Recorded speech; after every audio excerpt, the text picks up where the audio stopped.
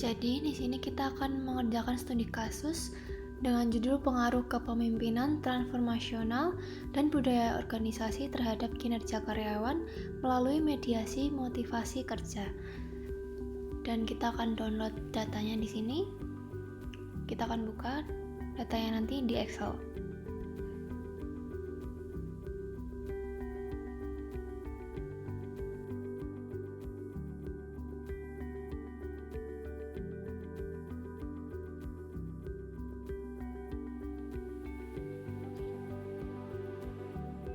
Setelah itu kita buka di bagian file, lalu kita akan save as, dan kita cari folder mana yang akan kita masukkan file itu. Lalu kita rename file namanya menjadi studi kasus, dan save as type-nya menjadi Excel workbook. Lalu kita save. Lalu setelah itu kita blok di bagian A ini. Kita cari data, lalu text to columns. Setelah itu kita next, dan kita centang di bagian koma. Lalu kita next lagi, dan finish. Dan tampilannya akan berubah menjadi seperti ini. Lalu kita akan mengganti nama-nama yang ada di atas itu. Yang pertama menjadi KT1, KT2, KT3, dan KT4.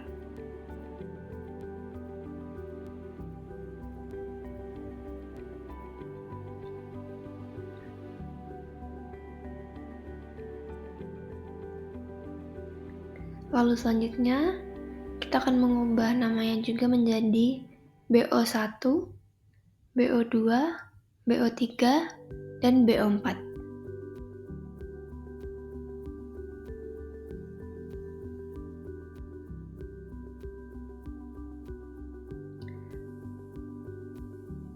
Next, kita akan juga ganti menjadi MK1, MK2, MK3, dan MK4.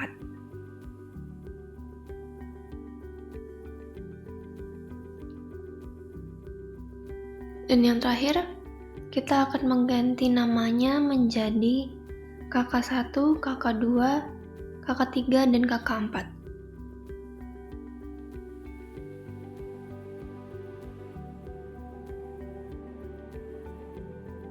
Setelah itu kita akan blok, Ctrl A, lalu kita copy paste,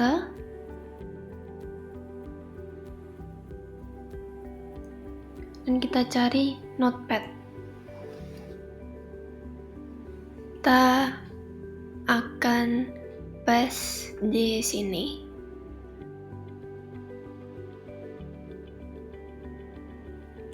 Setelah itu kita save as, menjadi namanya data studi kasus, dan save as type-nya biarkan seperti itu, lalu kita save.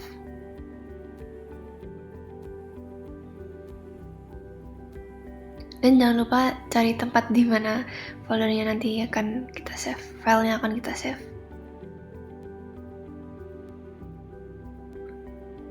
Setelah itu kita cari aplikasi Smart PLS 3-nya.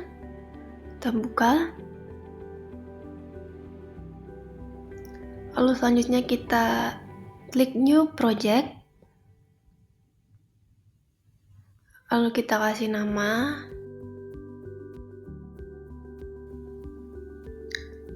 Studi kasus data analisis. Lalu kita OK. Dan kita langsung double click to import data. Lalu kita masukkan data yang ada di notepad tadi yang udah kita save. Kita langsung open.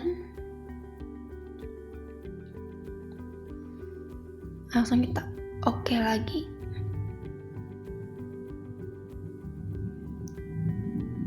Nah, udah muncul. Lalu kita pilih new pad model yang di atas itu, lalu kita kasih nama jadi model studi kasus. Lalu kita OK. Nah, tampilannya akan seperti ini. Lalu kita blok di indikator KT1 sampai KT4, kita pindah ke sisi sini. Lalu kita rename menjadi X1. Dan dilakukan seterusnya sampai KK 1 sampai 4.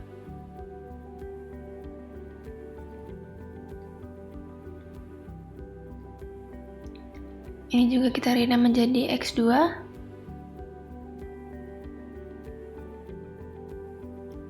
Lalu kita oke saja.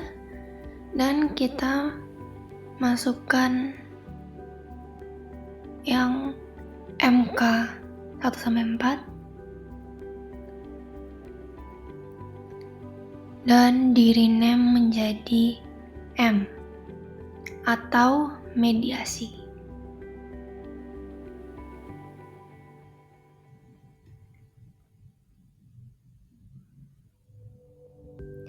Selanjutnya KK1 sampai KK4.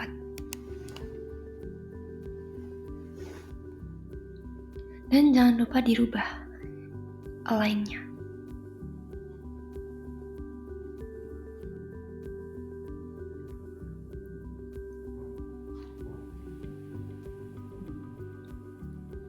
Jangan lupa di rename juga menjadi Y.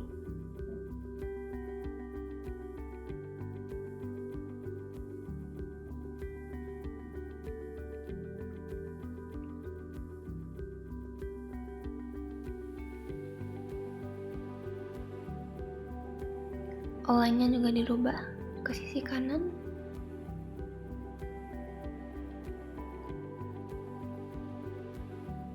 Dan kita sedikit rapi-rapikan.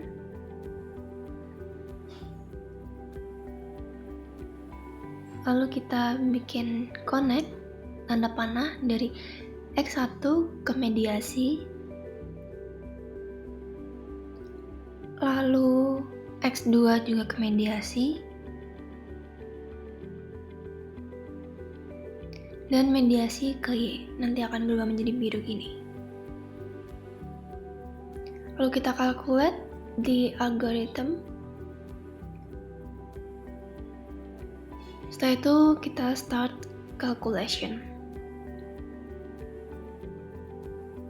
Nanti muncul seperti ini, dan di bagian atas model studi kasus ini kita klik dan hasilnya akan seperti ini. Di sini kita bisa melihat kalau kriteria validitas itu terdapat pada angka 0,7.